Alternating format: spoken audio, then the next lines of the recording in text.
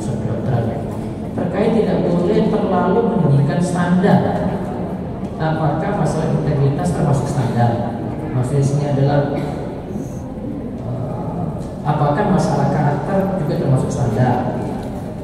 Atau lebih utama agama atau ibadah saja? Contoh integritas, bohong bergantung kebutuhan. Wallah. Kayaknya panjang kayaknya. Tapi saya bisa nangkep insya Allah gitu ya. Artinya kalau cari jodoh gitu, apakah agama Allah saja? Apakah tadi karakter disebut ya? Jadi kalau milih agama sama apa kita pilih jodoh itu, apakah agama sama Allah saja?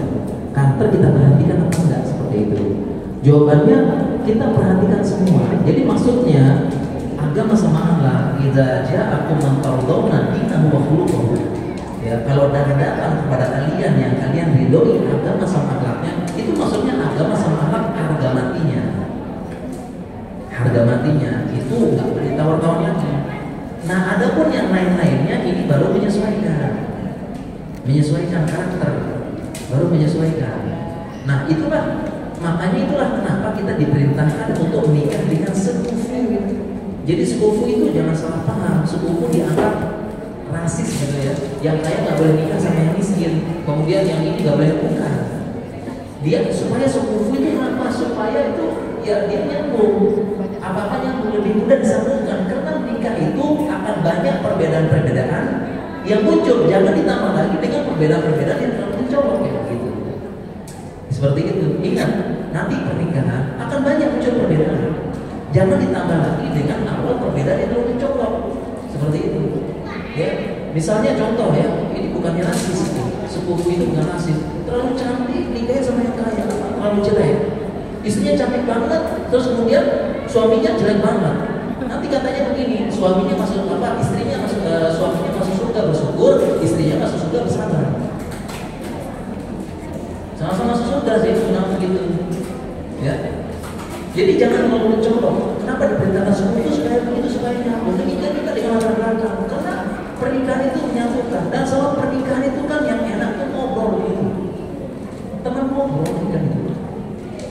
Ya jadi kalau satunya punya basicnya di sini, satunya basic di sini, nanti nyambungnya kurang.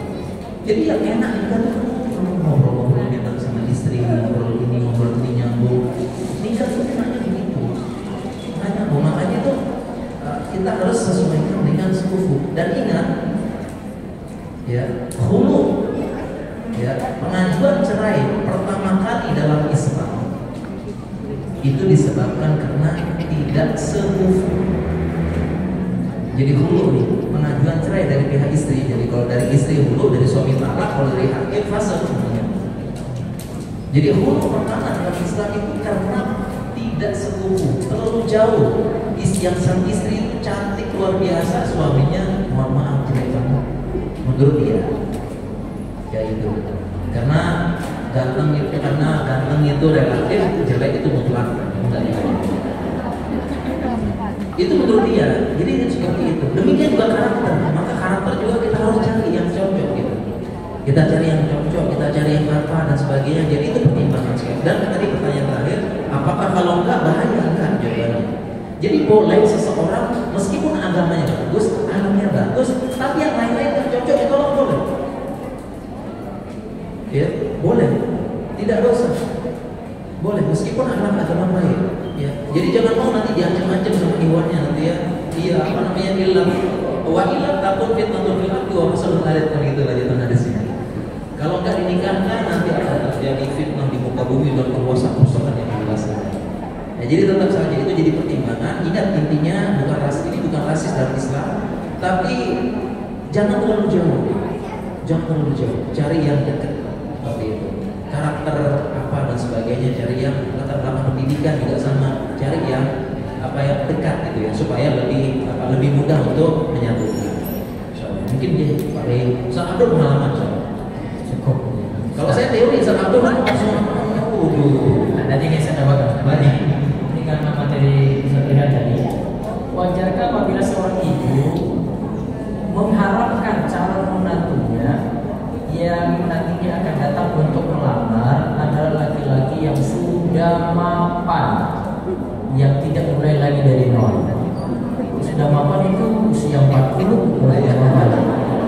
Usia 40 itu dia nggak bisa itu lagi nanti.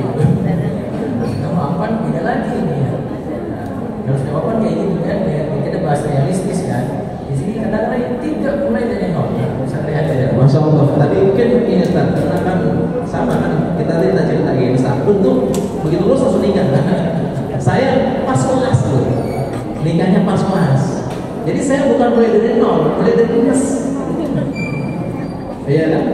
Karena kalau nol kan sudah lulus, sudah kerja, pola saya mulai dari minus. Mungkin banyak gitu ya. Ya kayaknya kamu kuliah dulu itu. Nah itu tadi saya bahas ya.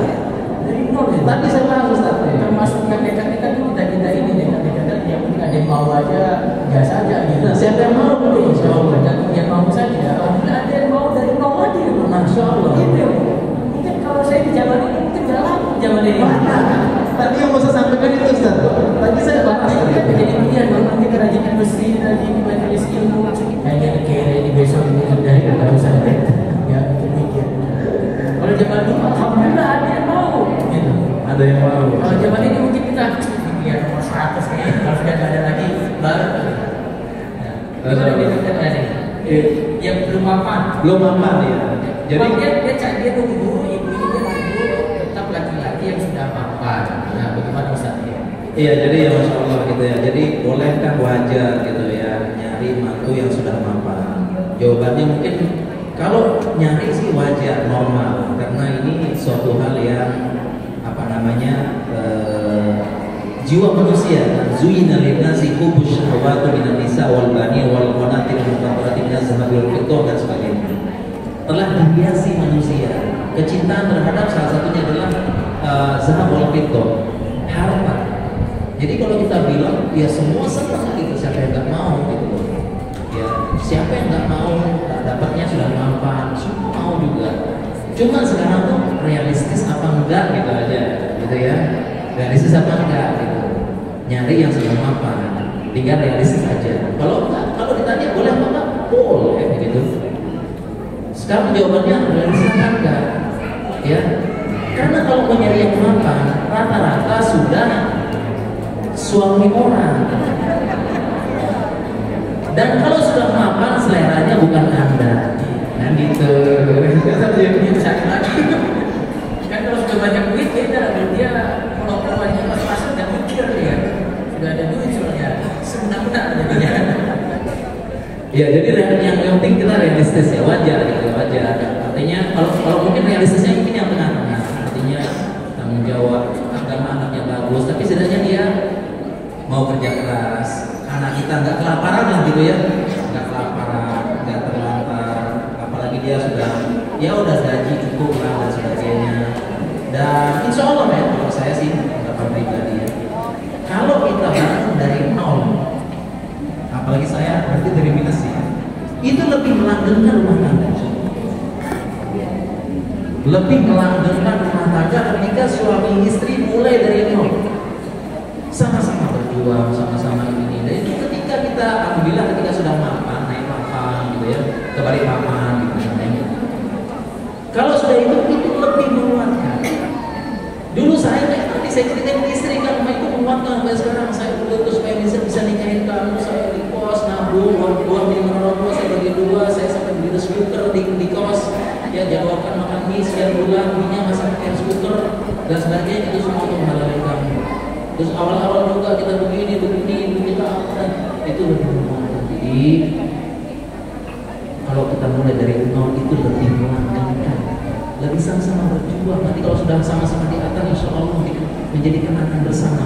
Beda justru yang sudah mapan, ya sudah mapan, merasa hebat, merasa kuat dan sebagainya. Justru nanti dia menghinakan istri, justru dia apa, justru dia nanti selingkuh dan sebagainya. Seperti itu. Jadinya intinya kita realistis aja. Oke, setelah mungkin soal Ini sedikit tambahan untuk ini patokan kenapa standarnya dianggap yang termasuk ya orang tua juga begitu mantu. Saya share saja, baik yang ingin cari yang laki maupun cari yang perempuan. Dan istilah bagus dari Imam Al-Aqil. Dia bilang, kalau yang dipilih itu wanita yang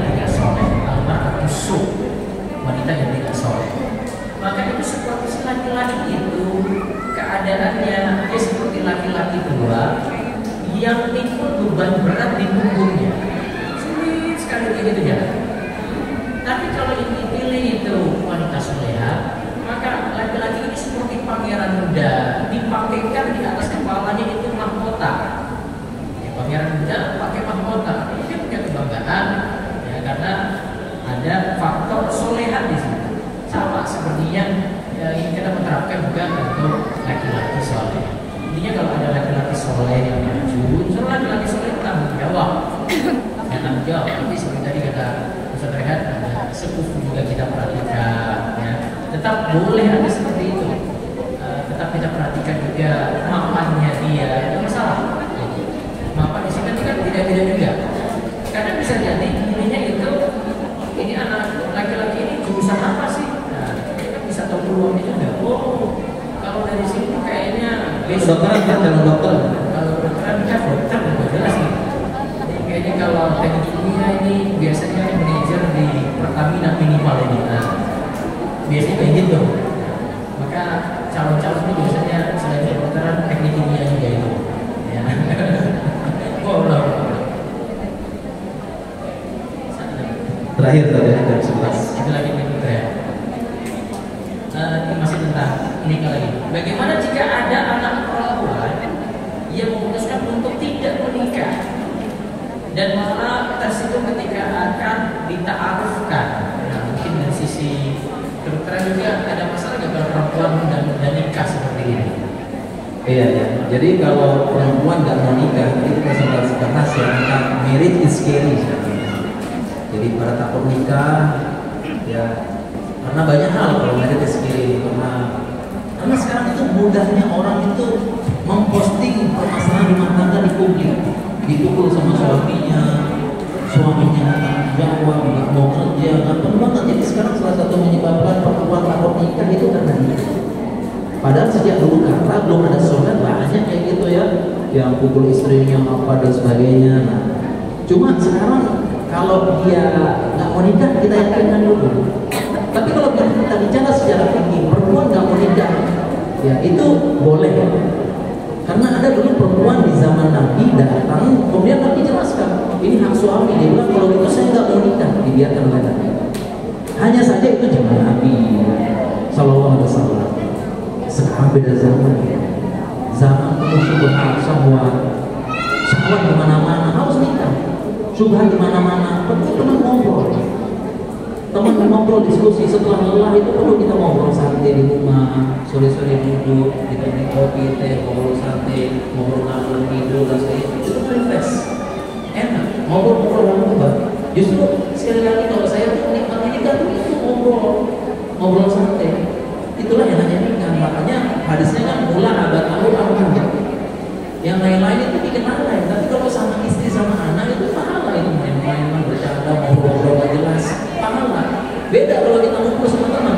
Ngumpul sama teman pertama ngobrol serius, sebelumnya ngobrol. Kalau laki-laki ngobrol macam-macam lah ya, ngobrol macam-macam gitu. Sudah masuk ke ini gitu. Pertama ngobrol ini lama-lama terus kalau gitu lagi gitu makanya sebagainya. Kalau sama keluarga sama istri enggak. Jadi tetap kita motivasi nikah sekarang. Ya, dengan menerapkan konten-konten medis itu, enggak semuanya kayak begitu, enggak tidak menakutkan itu. Dan insya Allah kalau dapat yang soleh dan bertanggung jawab, itu insya Allah menjadi imam yang baik, akan jadi kunci sakinah. Ya, sebagaimana di tulisan Ustaz Abdul itu sudah lengkap, super lengkap, ya, lengkap banget itu. Kita tinggal diterapkan insya Allah, dan kita tentu tetap doakan dan usahakan jodohnya seperti itu. Jadi, baik, itu saja.